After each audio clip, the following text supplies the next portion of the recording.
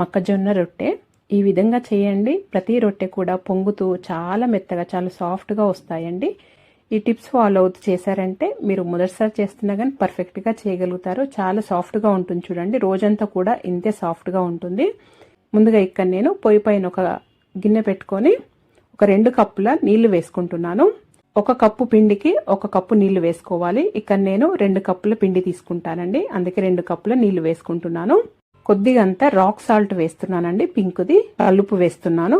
కొద్దిగానే మీ రుచికి తగినంత వేసుకోవచ్చు, వేసుకోకున్నా పర్లేదండి, స్కిప్ చేసేయచ్చు. ఇక్కడ వేసుకొని మూత పెట్టేసి నీళ్లు ఇలా మరగనియ్యాలి. ఇలా నీళ్లు మరిగిన తర్వాత ఇప్పుడు దీంట్లో 2 కప్పుల మొక్కజొన్న పిండి వేస్తున్నాను.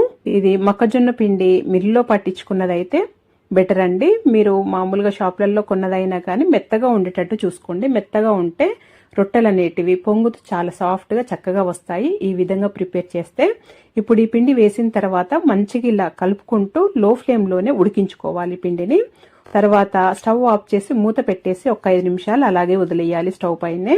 ఆ వేడికి ఇంక కొద్దిగా పిండి ఉడుకుతుందండి. ఉడికితే పిండి చక్కగా వస్తాయి చపాతీలు, రొట్టెలు.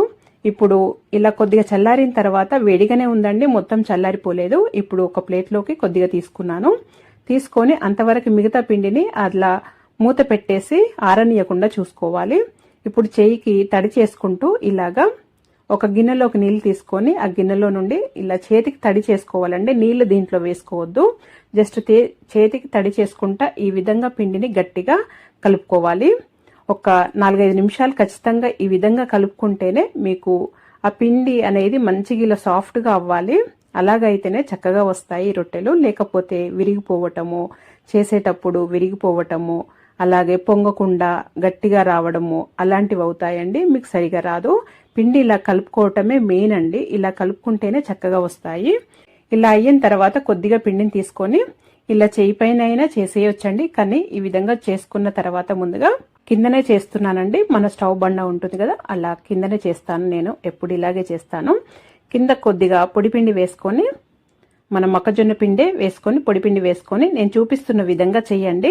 కింద మాత్రం పిండి ఎక్కువ వేసుకోండి. ఆ చపాతీ అనేది ఇలా చక్కగా కదులుతుంది. అలాగైతే మనకి ఇలా ఈ చపాతీ చేసుకోవటానికి చేయితోని చాలా ఈజీగా వస్తుందండి. మీకు అస్సలు పగుళ్ళు రావటము, విరిగిపోవటం అలా ఏమీ కాదు.